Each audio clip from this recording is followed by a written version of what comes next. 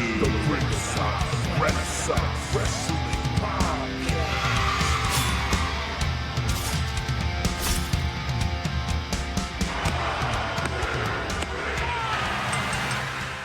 Welcome to the Ringside Renaissance, RRW Weekly Review. I'm here with Pretty, Deadly, Jesse, and I'm Kombat Jones. Pa-ta-pa-pa-pa. Yeah, as I said, another RRW Weekly Review for AEW. Yeah. Wish they dubbed it to a different show. Yeah. I was going to say quite the week it really was, but I don't know. Yeah. Except for Dynamite, it was we get MJF. We get MJF. That's all we. Let's just. Yeah, we get MJF, and the first thing I guess we should cover. Yeah, the start of the episode, AEW Dynamite started off hot with the return.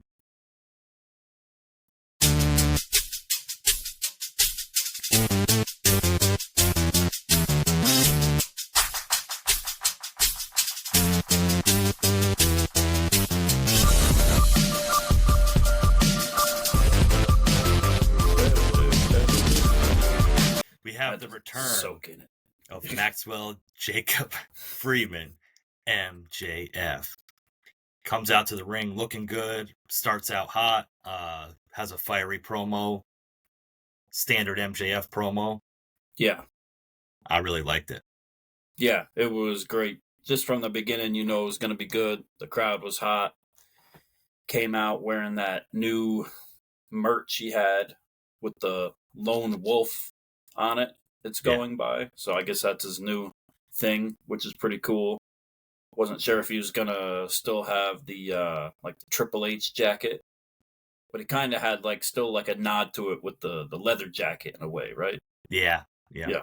And he came out and it was just, very, very, I liked it a lot better than his other shirt they released when he came back at Double or Nothing. Like that shirt looked like a 4-year-old just wrote words on it. It was like, yeah, the Wolf of Wrestling one. Yeah. It was just, it was too basic. Yeah. Right. Yeah. So he came out, cut a fiery promo as he always does. Took a few shots again as MJF does. Said his eyes are puffy and red because he's in Colorado. Get a pop out of the crowd. Yeah, it's so good. Yeah. It was really good, Yeah. He starts naming off, we'll get to that part, but yeah. I don't know. I really thought it was very, good. He takes shots at Swerve Strickland, at the EVPs. He was throwing shots everywhere. Everywhere. Just basically drawing his line in the sand and proving to the point that he is the lone wolf. He's not taking a side with AEW or the Elite. He's going to stand on his own and do his own thing. Yeah. I don't know who he didn't, besides even with the last promo back to Double or Nothing when he came out there and he said all the schmucks in the back, and then this one on Dynamite, I don't know who he left out. Mm-hmm. Do you think that he's actually throwing shots like in real life to some of these guys, or do you think it's just all for show? That's the great thing about MJF is we don't know. Yeah. That's the blurring the lines of reality and storyline or gimmick, if you will. You just don't know. I'm sure there's some sense of, kind of, hey, letting somebody know, hey, I'm going to say this about you when I go out there. But right. At the same time, he's just going to go do his thing. And he truly believes he's the best in the world, and a lot of other people do too. And when you got other people saying it and they're all fighting for that top spot, behind the scenes and, on camera, I guess it's going to happen regardless, right? And you got these egos and everything else that plays into it. He had mentioned all those names of all the people he beat, right? And he did leave out one name, which I'm sure Tony didn't want him saying. He didn't want him saying Punk, but he did bring up Cody, Mm-hmm. And it was funny, like when you said that, and I was going to mention it, like he didn't get to mention CM Punk. Obviously, there's whatever. They want to try to gain viewers off the whole CM Punk drama, but they can't mention his name. But they can show him on camera. Right. Yeah.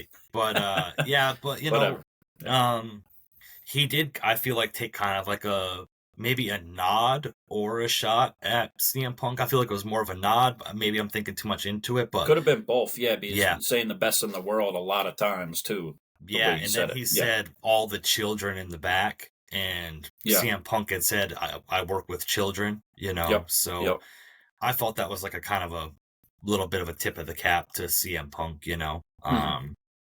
Maybe I think too much into it, but I feel like everything MJF says kind of has meaning to it, you know. So so then he starts going on about how Forbidden Door is going to be in Long Island. He said, I don't know who my opponent is, but I'm going to be there. And he's like, probably some luchador or person from New Japan. Doesn't matter who it is. I'm going to beat him, you know. And which that was good. That was funny. It was. And you know, and like I said, he's just speaking the truth, and I think beyond gimmick, he truly feels like he's the best in the world, you know. And it's hard to argue with him. It's hard to argue with that. Yeah, rightfully so, because when he left, he was a champion and he lost, but most likely a lot because of injury also.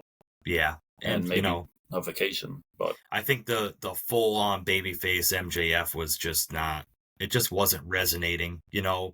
Right. Like people, like he said, and like people were chanting, that's our scumbag when he was out here doing this promo and stuff. That's the MJF that everybody wants. They don't want this playing up the crowd, ultra babyface MJF. Like, the experiment failed, move on from it.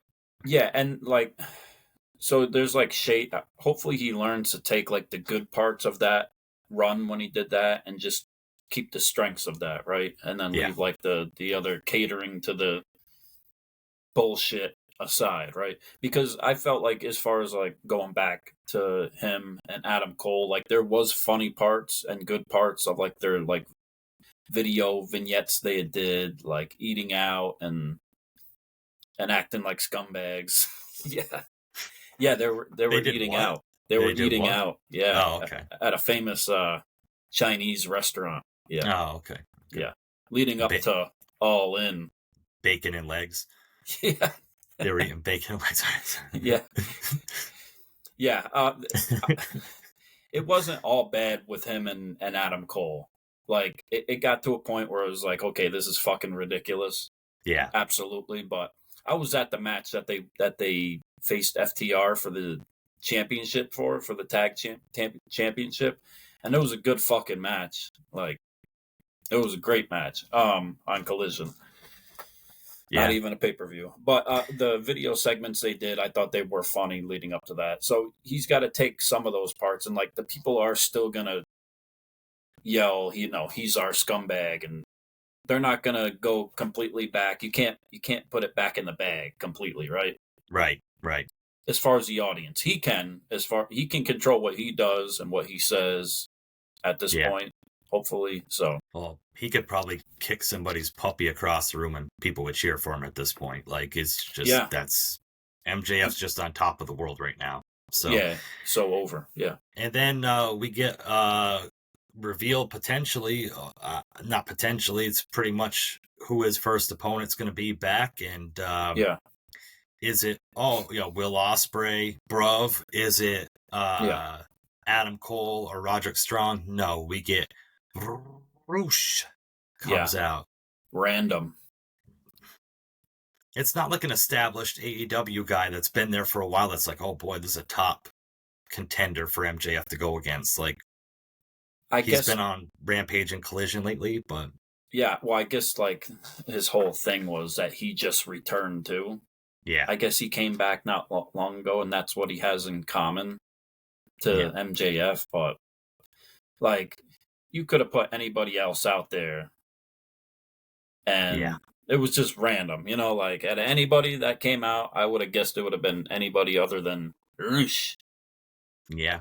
Somebody who could have a great match. Do a Roderick Strong, or even a Kyle O'Reilly, or somebody. I mean, they want to do a heel, obviously, but... Yeah, that's true. I don't know if I'm feeling it. You know, for what it wasn't bad, though. Like, Roosh did his job. Yeah. Like, he kind of went after the low-hanging fruit, but as a heel should, and do sometimes, just like what he said. You don't know how to shut up, just like these American fans and just like Americans. And yeah. And MJF knows how to deal with everything, just like his facial postures and the way he's animated and his reactions without even saying anything. Right. He's just so good. Yeah. Yeah, and it was they went back and forth, and obviously, like I said, he Roosh has kind of like a broken English, speaking English, and yeah. MJF was kind of feeding into that, and kind of, I feel like it was a little bit shades of Roddy Piper, because there was a Piper's Pit way back in the day where this guy, Frankie Williams or something like that, just some no-name kind of jobber guy, came on Piper's Pit and started speaking to Piper, and Piper asked, "Where are you from?" And he had like a thick accent, and he was like, "Oh, Columbus, Ohio," or something like that. And like Roddy Piper just ripped him apart, like completely tore him apart. And I just felt like it was kind of like maybe a nod to that, or homage to that. Again, maybe I'm thinking too much into it, but that's kind of like what I felt when I saw it. And it was smart and funny too, and disrespectful without really being kind of disrespectful to like the stereotype too, in a way. Yeah. Of just making fun of somebody's accent or where they're from, right? Right, right. Yeah. And, that plays into him feeling like he's better than you, and, whatever. And he said something in Spanish to Roosh that set him off, and I had to message our resident Puerto Rican friend, Monty, and say, what did he say? Because I had no clue. Yeah, and I done messaged him, and then you messaged me and said, I was going to ask you to message Monty and ask what he said. And I don't really want to repeat what MJF said, just, whatever, but it was very disrespectful words about someone's mother. And it started it. And, they got in the ring and just, it has all the build for a match. Hopefully MJF isn't going to disappoint. Yeah, you knew whatever he said, it wasn't very nice. Yeah. Yeah. And then when I actually knew what he said, it wasn't very nice, Yeah. And Bruce didn't think so either. Yeah. So it looks like we got old MJF back, and that's all I could hope for. And I'm curious to see the ratings, because I think a lot of people are going to tune back into AEW because of MJF. Yeah. And them putting him on first like that. Hopefully they kept the crowd. I don't know how they could have kept the crowd with what they had tonight, or last night for Dynamite. They're going to have to put him on more than once a show. Yeah. Or to keep the number. Yeah. Or leave it towards the end so people are just tuned in wondering when he's going to come on. Like, advertise he's going to be on, but don't put him on first, and don't have a little clock in the corner. Just wait it out so people stay tuned in to see, Yeah. And going back to, we said he called out a bunch of people, right? He called out Swerve, which was champion. Called out kind of him being in the Mogul Embassy, and them turning on him, his own group turning on him. That was so good. And then talking about being a businessman for the embassy or whatever, and then talking about how he needed to go back. If he went to business school, he needed to go back to public speaking school. Class. Yeah. That was hilarious. Yeah. But Sorry, go ahead. No, go ahead. My favorite one altogether, though, was him going after Will Ospreay. Yeah. Bruv. Yeah. And when I spoke about, him just knowing the right things to say when, like, anybody else could have been out there doing a promo, and the audience is still on Will Ospreay's side, right? He's still very over with the AEW audience. So they started chanting bruv, of course. Mm-hmm. And MJF's just like, it's a good word. Like some other people wouldn't know how to react to that, to play it off. Right. Because they're trying to get over, and the other guy's already over. But so I thought that was great. He was making fun of Will Ospreay's teeth and the whole British thing, and like, oof, like. Yeah, I think Ospreay has nice teeth. Yeah. Yeah. I just can't wait to see all that when that finally when that happens, I'll be Yeah. all in. Yeah. Foreshadowing. We're foreshadowing. And he said, I became the most hated man walking this planet only to become the most beloved, and that doesn't happen on accident. And that was beautiful. Beautiful, yeah. man. Yep. So yeah.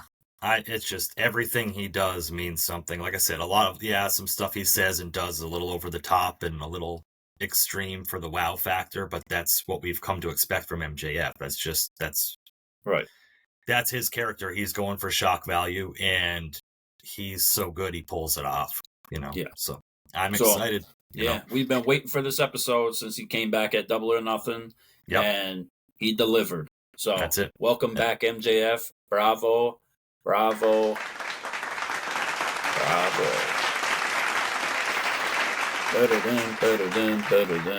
than you. Yeah.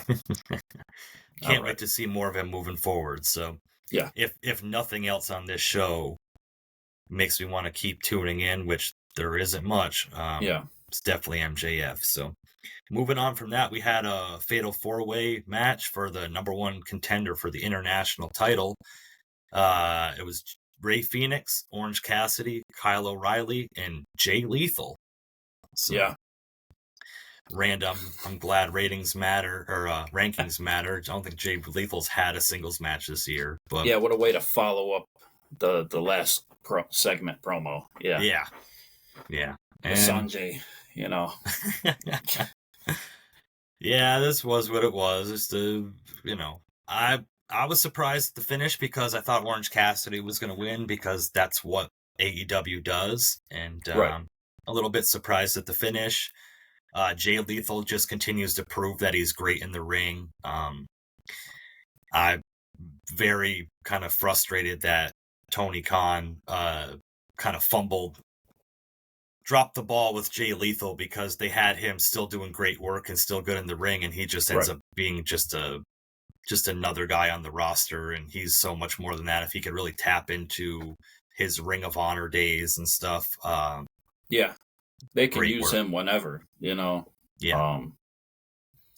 He's great. It was cool to see Rey Fenix back, kind of again. I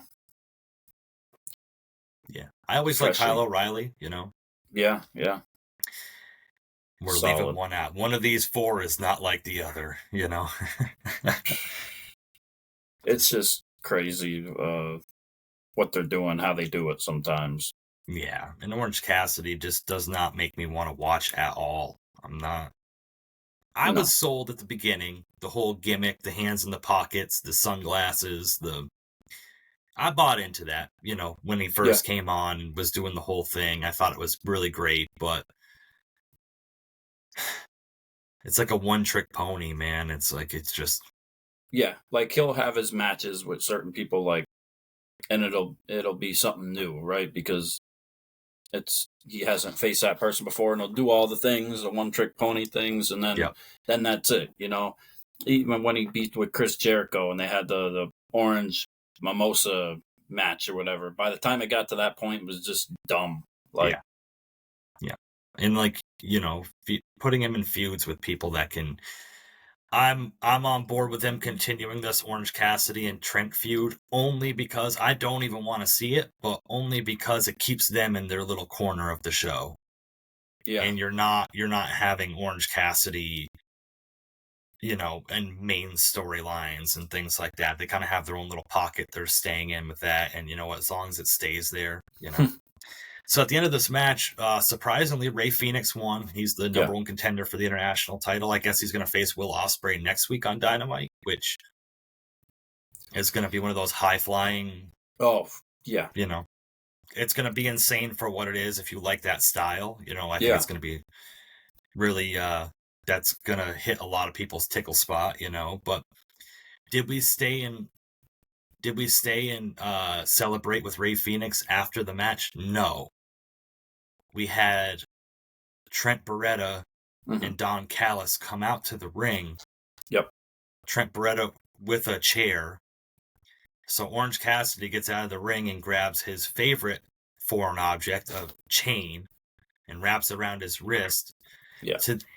Are we going to have a huge standoff between Orange Cassidy and Trent Beretta? Oh, no, because the person to come in and intervene is Chris Statlander. Yeah.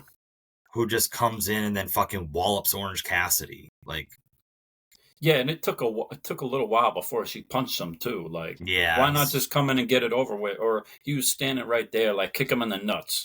Yeah. You know? I'm not a fan of this at all. Yeah. I thought he was going to get in and, like, punch a chair with the chain on his hand or something like that. Like, right. Something. And it's like, you know, I'm going to say this with all respect, right? Like this, and we'll see it later in the show as well.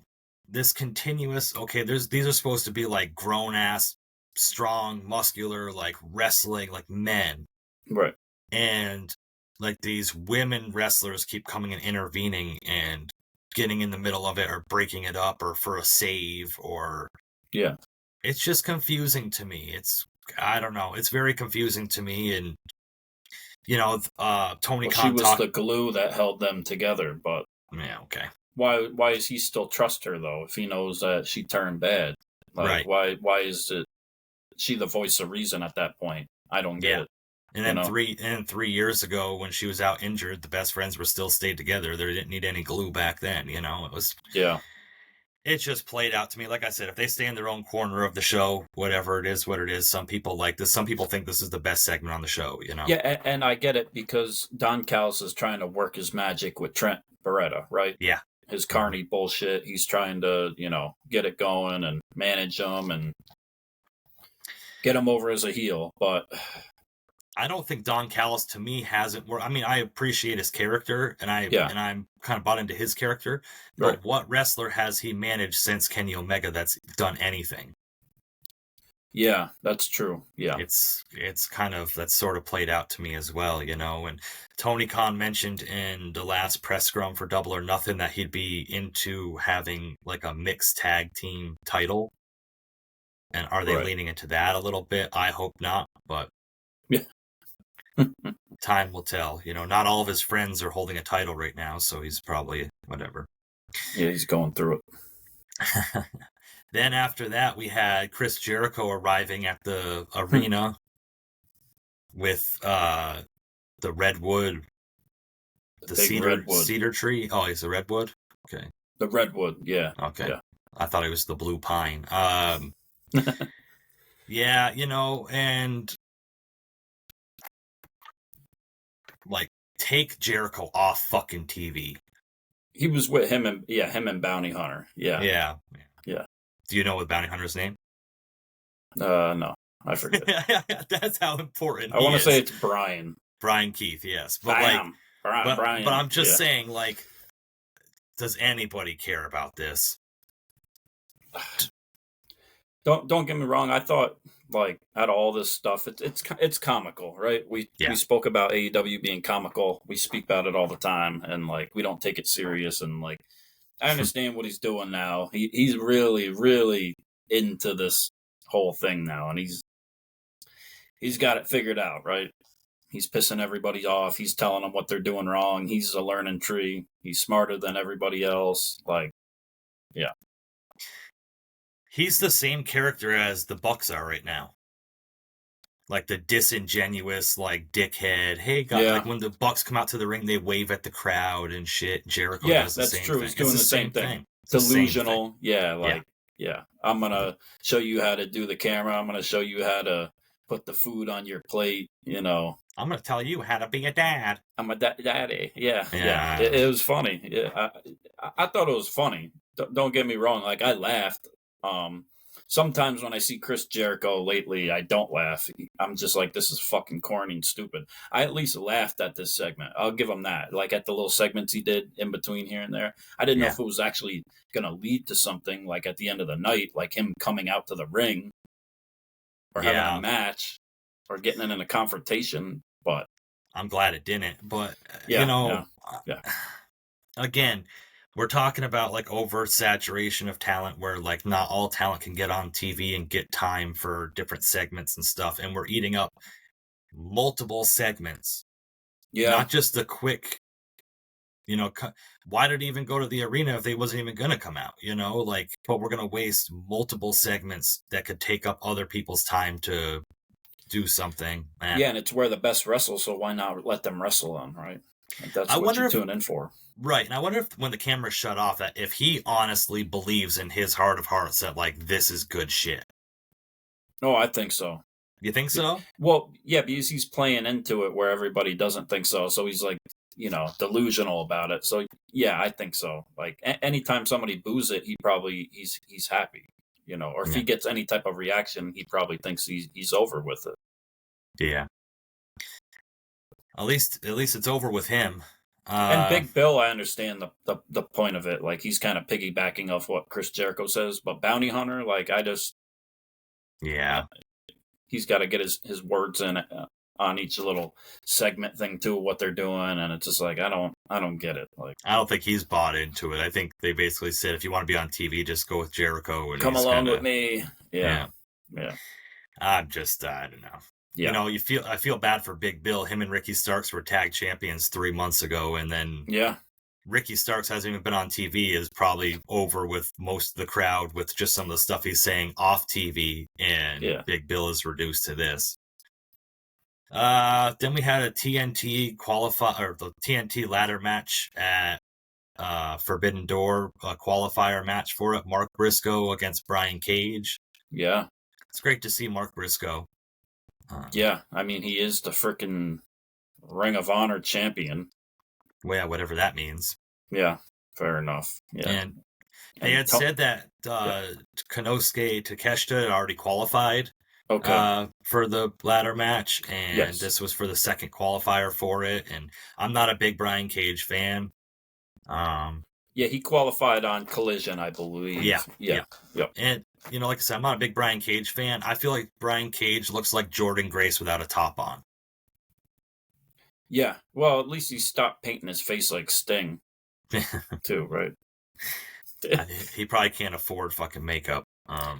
Just his thing, like he's jacked, I'll give him that, but, who knows because why, but Hulk Hogan probably gave him some pointers. Brother. Yeah, brother. No pun intended. But he just always got to do his thing like 10, especially when he first started in AEW, he'd come out and he'd do this fucking thing 10 fucking times. By the time he came out from the entrance ramp in his match to his finisher, when he was done, like, it's like, we get it. I know what you're, like, Jesus. Yeah. Yeah. And it's like, he used to wear, an attire that had GMSI, on it, and it stood for Get My Shit In. Like, take from that as you will, but basically he wanted to get all of his high spots for wrestling in every match. Like, I want to get my shit in, Right. So he's just using this 10 minutes he gets of TV time to book independent shows, I'm sure. Right. Yeah. So, I mean, and like we've talked about before, you'd be stupid not to kind of just take the money that Tony Khan hands you and just kind of just go along and do with whatever childish shit that he wants you to do, because, if someone told me, hey, just go out there and act like a clown for 10 minutes once a month and we'll give you $250,000 a year. Yeah. Where's the red nose and the fucking makeup, I'll be a clown. He's the reason why people don't want to go to the gym, because that's like what they think of when they walk in, and what they're going to see is that douchebag mohawk, juiced up look of guy that's probably just throwing the weights and grunting everywhere. And Brian Cage, you're responsible for my dad bod, you prick. You're the reason. You're the reason I don't do sit-ups, you fucking asshole. No, all respect for putting the work in, though. I respect it, but fuck that mohawk. Putting the needle in. Yeah. So at the end, Mark Briscoe wins. Put on another solid. Tony Schiavone was happy. He said he was happy he got to see his redneck kung fu. Yeah. Yeah. What are we doing? Mark Briscoe always looks good. It sucks that sometimes it just doesn't resonate with the opponent he's in, but he's very surprisingly like athletic and agile, and really, really good. If you were just to look at a picture of him and say he's a pro wrestler and then see his style in the ring, I think it would just like very much surprise you. Absolutely. He's very charismatic too. And if you said you looked at his picture, you're gonna think it's this mean dude and stuff, and they pulled off the image so good, the Briscoes, but seems like the nicest guy in the world though too. Yeah, very, very much so. And I had heard that. I obviously don't know these people personally, but like there have been a lot of reports that him and his brother were like two of the nicest guys you'll ever meet and stuff. And, family men too. Yeah, and they turned on that character, and that's just what it was, So Mark Briscoe wins, qualifies for the TNT title ladder match coming up. I was surprised too. I was happy to see him win. Yeah. Yep. And do we get to see a long celebration for him? No, because we get Jack Perry in the backstage watching the monitor. Do they honestly, and this is a WWF, WWE, AEW, any sort of I've hated this since I was a child. Right. When they show people backstage watching the monitor, do they really think that we believe that people just stand there in front of a TV watching a match? Okay, like they're all just standing back there watching and waiting to see what happens. I'd be sitting in a chair with my feet up drinking a Dasani or something. And whatever the hell they drink. Yeah. It's like, it's unbelievable. And he starts cutting this promo at the TV and then turns and faces the camera. And I'd be sitting in my locker room, with my feet up watching. The EVP locker room where it's lavish and whatever, but no, we're just going to be standing in front of this fucking monitor. Since they run shit. Yeah. Yeah, and and it's like, what's funny? I'm not convinced of Jack Perry at all. What's funny? Yeah, what's funny? I thought when you got burned head to toe and you had a full head of hair, that you might lose some of your hair too. Some of that peach fuzz he's got going on. Well, it didn't hurt him too much. They set him on fire, and he was the one that got the pin at Double or Nothing. So I mean, That's what happens when you're lubed up from head to toe in Vaseline. That's a scapegoat for you. Welcome to the jungle. I'm not. God, I hate that song. Do you? Baltimore? I don't know. I'm not the biggest fan of it. Like, I was at the live events. He came out, doing the whole Jungle Boy thing. Everybody's singing it. I'm like, this is corny. These fucking people suck. For shoot, brother, not a work. For shoot. Yeah. I know somebody that thinks that song is Baltimore especially is one of the greatest musicians, artists of all time. Oh, wow. I legit know somebody that thinks that song is one of the greatest songs of all time. God, I'd love to hear their top 5. Yeah. No, I'm just not a fan of the song. Baltimore. Yeah. Not a fan. Yeah. He's like 5'5" and weighs like 130. No offense, Andy, but like, No. I'm 5'8", okay, and 160, so he got shit on me. I'll put him in the guillotine too. Yeah. Fucking Jack Perry, if you want it. Yeah, come and get it. Come get it. So yeah, it's hard. They need more menacing people if you want to be a fucking who's the little guy that used to come out with him and Luchasaurus? Marco Stunt. Oh yeah, bring back Marco Stunt. Bring back Marco Stunt. I don't know why they released him. I thought he was hilarious with them. But... Yeah, shout out Marco. I think he did some. Oh, did he do some bad stuff? Yeah. Don't bring back Marco Stunt. Okay, then never mind. Yeah, don't. Yeah. Fuck you, Marco. Yeah, I think he bit a hooker or something. Oh, well, that's not that bad. No. Oh, that's it? I mean, if she was okay with it and he paid her, I mean... No. Sounds like a transaction to me. I don't.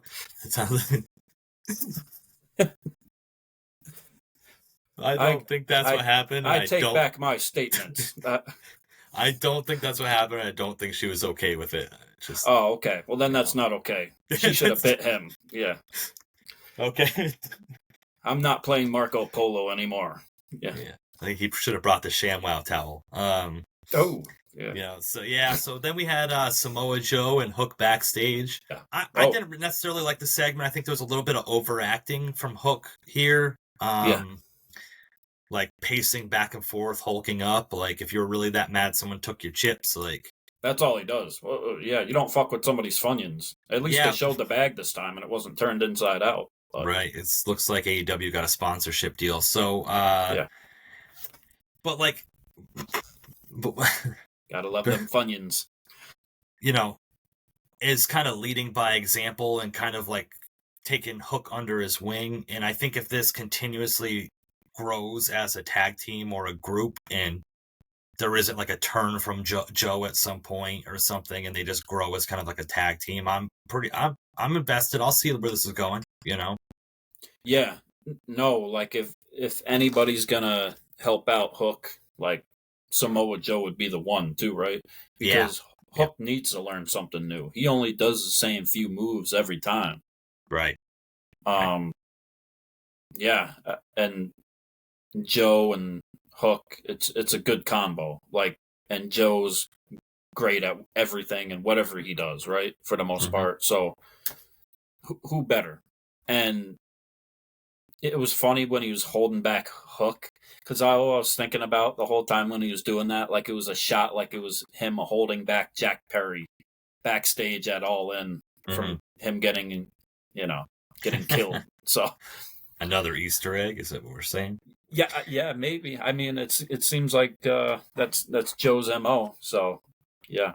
All right, because we're trying to be successful journalists here, and we take this very seriously. Just want to let everybody know.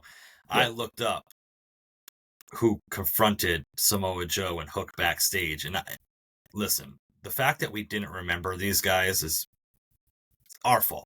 Our fault, okay? Well, sort of, because once you know who they are, it's not like they're very relevant to being on TV every week. That's what I was leading to. Yeah, sorry. Yeah. You're killing my whole spot. I don't want to say my bad. Well, I know you got the names. Yeah. It was the premier athletes, Tony Nese and Arya Davari. Yeah, Tony Nese. Yeah. Okay. Great 8-pack, though. Great 8-pack. You know, great trainer, but yeah. Brian Cage trains him. Yeah.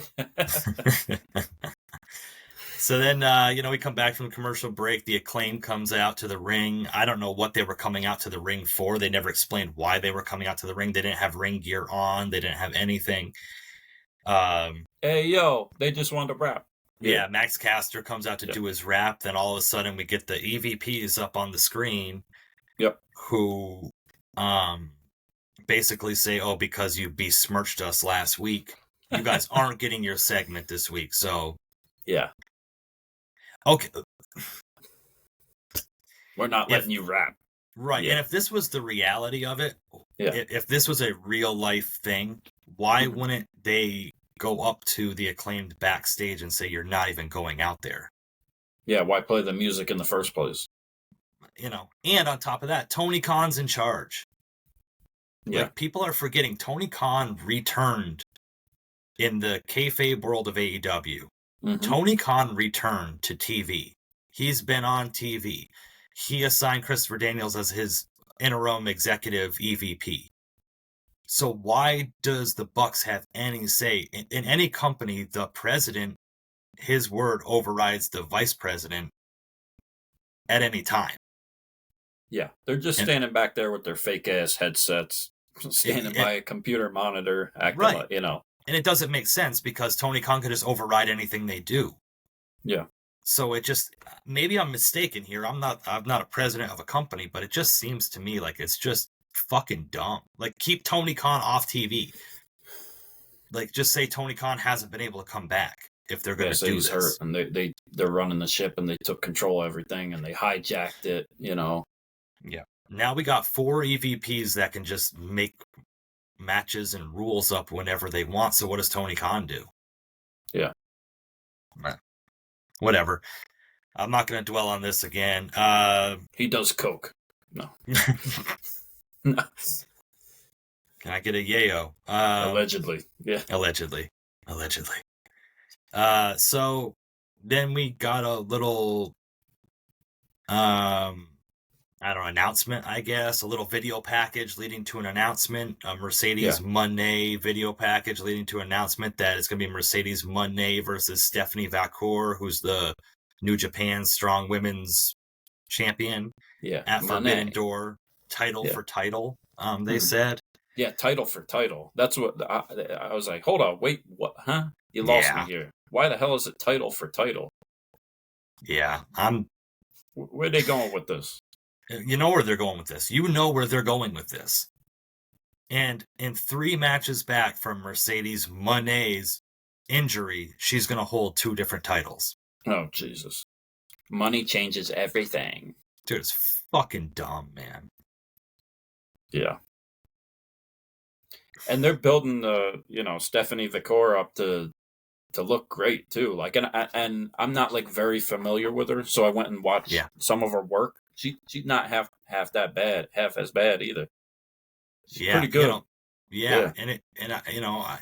I'm not taking away from what Mercedes can do in the ring. Yeah. Because she's shown us in the past that she can get some shit done in the ring. She's polarizing too. She like her image, like, and people know her, and the way she like portrays herself and puts herself out there. Yeah, like she's big time. Yeah, right. She's a name. She's a name. But so to have this aura that she has, I just don't think she's backing it up yet, especially not right now. She's not over on the mic. I mean, she had one match with Willow Nightingale, which I thought Willow looked better than Mercedes in that match. Yeah. I'm just not sold. I'm just not sold on it. Like the fact that they're potentially going to put 2 titles on her, I'm not sold on that. I don't get it. I don't understand why they're going to do that. Does anybody think like Stephanie Vaquer is going to beat her and like take and have both of those titles and take them back to New Japan, or is she going to make her way to sign with AEW and be all elite then? Yeah. I don't know, man. I don't know. Why even put the titles on the line? It's Forbidden Door. Like, I don't... It's great for Stephanie to have that match because she's going up against, the biggest woman in this this company that's being built, right? It's not going to hurt her. Yeah. But to lose a title it is, because what's she going to go back to New Japan and do what then? Right? With what? Right. Yeah. And this is the problem with cross promotion stuff, especially doing title for title. Yeah. It doesn't mean that much to the fact that now Mercedes is going to hold 2 titles across 2 promotions. Yeah. So what do you, it's basically diminishing your value of this TBS championship. To say, oh, well, she wants this title as well. But whatever title you hold in the company that you represent should mean more to you than... That's the same thing that I feel about with Will Ospreay going after the AEW title while holding the international title. The international title should mean more to you than, anything else. That's just my personal opinion, but... Yeah, it's stupid. I don't get it. And maybe there'll be some type of interference or something, so they both keep their titles. Yeah. And then lead up to something else, but we'll see. We shall see. Hopefully they put on a good match. Yeah. That's the most important thing. If nothing else, hopefully. Yeah. Hopefully they'll put on a good match, and we'll see. We'll have to wait and see. But we didn't see her. She didn't come out. No. Yeah. There's a lot of stars didn't come out this night. Think about it. Will Ospreay didn't come out. Young Bucks never came out. Jericho never came out. Mercedes never came out. Yeah. What the fuck? Yeah. Guess they don't like Colorado. At least MJF was there. Yeah. Oh, yeah. And going back to Willow came back. We didn't mention that earlier when Statlander came after Orange Cassidy. Willow's the one that came out and, saved Orange Cassidy.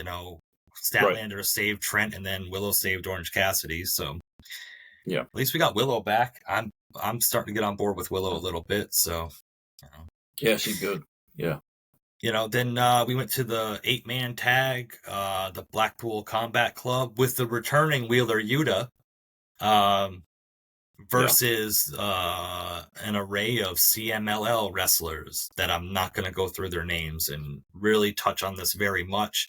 All I got to say is Wheeler Yuta, I guess, supposedly has been away because of some mental health or some issue to do with that. I don't know the details, and that's personal business, so I don't even want to look into it. But apparently it was personal issues. It was some sort of personal issue. He was away for so long. It wasn't an injury. So it wasn't just because Tony Khan doesn't like him. No. He had supposedly had some personal issues. And I think it was nice to see him back, and it was nice that they kind of spotlighted him. I think it was nice they gave him the pin in the win. Yeah, they gave him the pin. Yeah, that's true. Yeah. And Claudio, Bryan Danielson, and Moxley all kind of putting Wheeler over at the end and putting them up on their shoulders. And there's obviously some off-screen issues that Wheeler Yuta's been facing over the time and been gone. And the fact that they not only had him return, but kind of gave him his flowers, because Moxley and Danielson are two big names in AEW. Claudio, not so much, but for them to kind of give him his due in the ring after the win, after a sloppy 8-man tag. I'm not really going to touch on that to try to put negative on it, but it was nice to see anyway. It was nice to see them kind of do that for him, Right. Yeah, the match was meh. But we've been wondering where Wheeler Yuta has been this whole time for the most part. And, at least he's got legitimate reasons, and it's not because of bad booking. Yeah, exactly. He was on a tear for a while, and he's back now, and they give him the pin, and they give him the respect, and they're putting him over. So good on AEW for that. I will say, there is negative aspects we touch on with AEW sometimes, but when it comes to bad things happening, they're always very quick to show respect to these people, right? Yeah. So, and like I said, it's not, I don't exactly know what happened or whatever, and I'm not going to sit here and, like I said, try and dive in people's personal business. I looked up a list of wrestlers that weren't currently on TV. Yeah. And there's different injuries, and I think it said personal issues or something like that for Wheeler Yuta. So I don't know what it was, but regardless of how I feel about him in the ring or as a character or something, it was at least nice to see him back and kind of getting over whatever was going on with him and whatever, and I'll give flowers to that, Yeah. Welcome back. Yeah. I thought you were going to do the applause. Welcome back. Welcome to the jungle. We got fun and games. What we didn't have next. Damn. There you go. Welcome back. Wheeler Yuta. Welcome back. Congratulations. We're building him up like we wanted to be the next AEW champion. Up next, we had Saraya versus Mariah May. Their long-awaited match that got cut last week. And the first time we've seen... Yeah, keep going. I'm sorry. The first time we've seen Saraya in a match in quite a bit, So Yeah. Well, I hate to say it, but hot take. This was my favorite match of the night. Wow. Yeah. By far. I mean, looking at the lineup of the other matches, it's kind of... Yeah, fair enough. I can agree with you here. Yeah, Saraya came out with her brother and Harley Cameron. Great take. Whoever the hell that is. Yeah, the one that sings that nobody wants to listen to half the time, and we haven't seen in months. But anyways, this was my favorite match of the night. Yeah, Saraya and Mariah May comes out looking like Toni Storm again, but she's dressed as the Outcast character, Toni Storm. So, of course, it pissed Saraya off even more because they were in the group together, right? But yeah, it was my favorite match. Mariah May can wrestle. Her drop kick off the top rope was good. She's somewhat hard hitting for being kind of a small woman, you know. Yeah. She got some long legs, I'll say that, but. And this is one of the best outings that Saraya has had in AEW. You know, yeah, she can wrestle. Like she might be like rusty and not do it much, but she knows what she's doing. She's experienced in a lot of ways, clearly. Yeah, very. Yeah, she's gained some experience. Yeah, so I don't know. I really liked it. You said, I mean, and in comparison to a lot of the other matches that were on this show, I could see where you're coming from with saying it was your favorite match of the night. And Saraya got the win, too. Yeah, she was. And so, like, I was confused because this is my only problem with the match. Like, I wasn't sure where they're putting it because for a while, you know, Timeless Toni Storm has kind of been built up as like a heel, and then she's over with the audience, and she's a heel, and she's good, and she's bad, right? And apparently they wanted it as Tony was the babyface in this match. Yeah. And Saraya was a heel, but I didn't feel that way when they were wrestling they came out, right? Right, yeah. For No, Mariah May. I didn't feel that way at all. I think Saraya's just over with that crowd. And yeah. But probably the ending... Yeah. Yes. Saraya won, and then her and... submitted. Yeah. Yeah. With that awesome submission she has. And then her and Harley Cameron started the beatdown on Mariah May, to which Toni Storm came in for the save, and they beat her down too. Blew her heels out, trying to run into the ring, and fell on the floor and came in. They beat her down. Kicked her in the face. Yeah. And then the audience booed. Yeah. And then the big save by none other than Mina Shirakawa. Yeah. She can't, she had to, because Mariah May and her shared that big kiss not too long ago. I'm not going to say it was a big save, but it was a save, by Mina Shirakawa. And her and Toni Storm started... Breast hitting? Breast bumping? Breast bumping. Yeah. And I don't understand it. And it went to some after hours entertainment stuff. Yeah, I mean, it was clearly near the end of the show, near the 11 o'clock hour. The dumplings versus the crumpets, Yeah. And it's just... and it led to, Mariah May being in the middle, pretty much. A double whammy, a sandwich of breast. Yeah. It just didn't make sense. And then they're when Mariah... jealous over her. They're pulling her back and forth, right? Yeah. Right. And then Mariah May was in between them in the Dirty Bellows, and it popped up on the screen that it's going to be Toni Storm versus Mina Shirakawa at Forbidden Door, whatever. Yep. I'm not really... Again, this women's division's kind of weird right now. Mercedes Moné, like you said, wasn't even on the show. No. But they have QR codes now for her to meet Mercedes Moné. So we have Uncle Mercedes Howdy with their QR codes, and whatever. Just moving. At least they're a little more obvious about what it is. Yeah, ridiculous. I wonder what that QR code leads to. Probably better than the shit in the other company. OnlyFans. You think? I don't know. I don't know. Whatever. Yeah. So then we got what's up? Shirakawa, though, they have really built her up to be this, ultra. See, she loves to play into that role. Yeah. Every time she comes out, it has to do with something risque. Yeah. Yeah, Tony Khan's... I don't want to see Tony Khan search history. I could probably tell you what's on it, but... Yeah, so I'm looking forward to this match to see where it goes next with... Yeah. Well, I bet you are. Yeah. Hopefully there's some special stipulations. Stipulations. Yeah. The IWC is definitely going to love it. Yeah. Oh my God. They're losing their shit over what happened. Just terrible. So now we got 13 minutes left to the show. We have the AEW World Title match. And it was announced by Justin Roberts that it had a 60-minute time limit with 13 minutes left on TV. So I'm glad they kind of cleared that up for us. And it's funny how Will Ospreay beat Roderick Strong at Double or Nothing. but then he had to win a gauntlet match to become a number one contender. But then Roderick Strong just had to ask for a title match and got one. Yeah, you lose your title, and then you lose the lesser title, and then you get to challenge for the World Christian Heavyweight Championship. Yeah. Yep.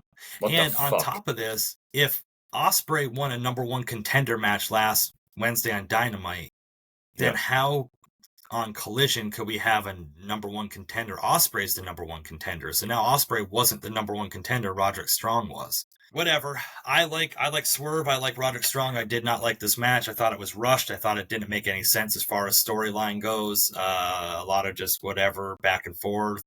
Swerve Strickland wins. Yeah, they gave Roderick Strong his little video package too, to build the story, the big story to the match, like it was, a year in the making. At least they did that, a year in the making.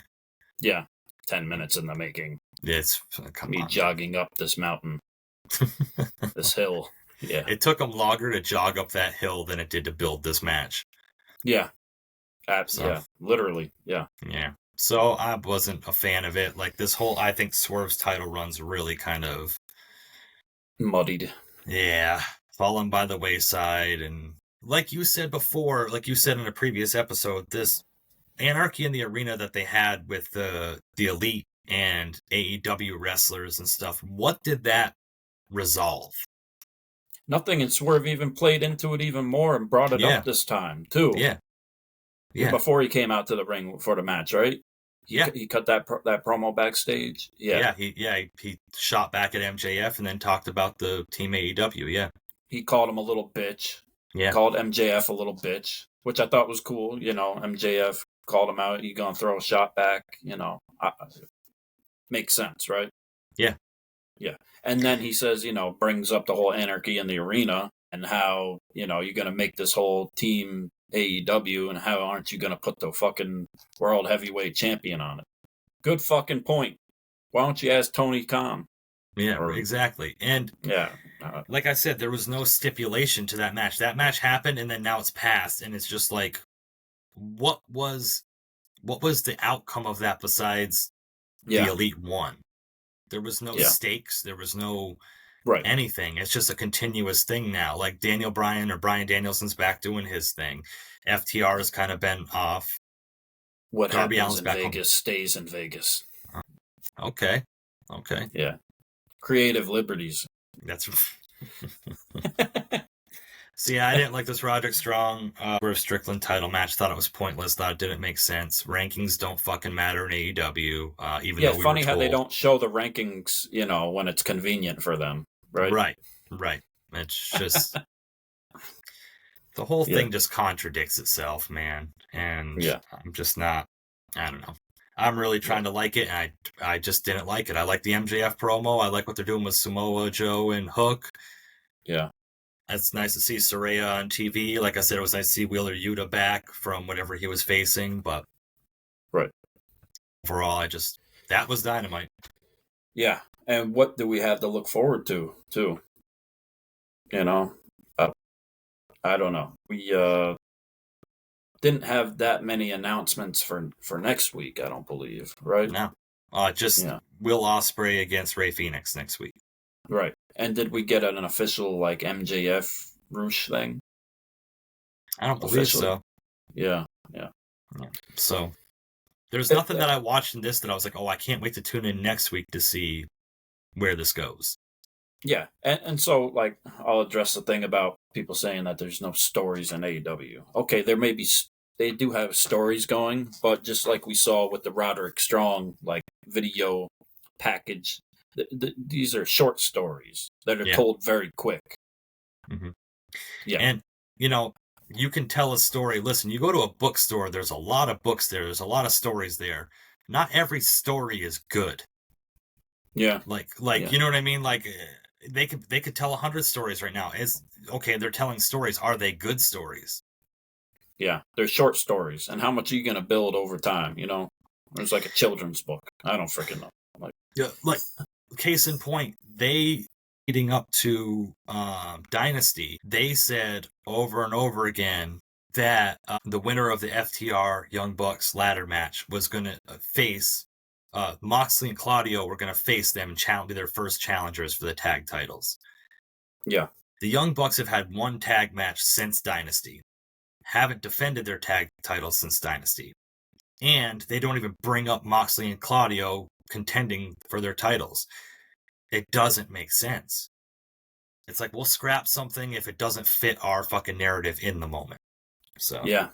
Put them damn titles on the line, Bucks. Yeah. Stop worrying about your fucking Reebok pumps. Yeah.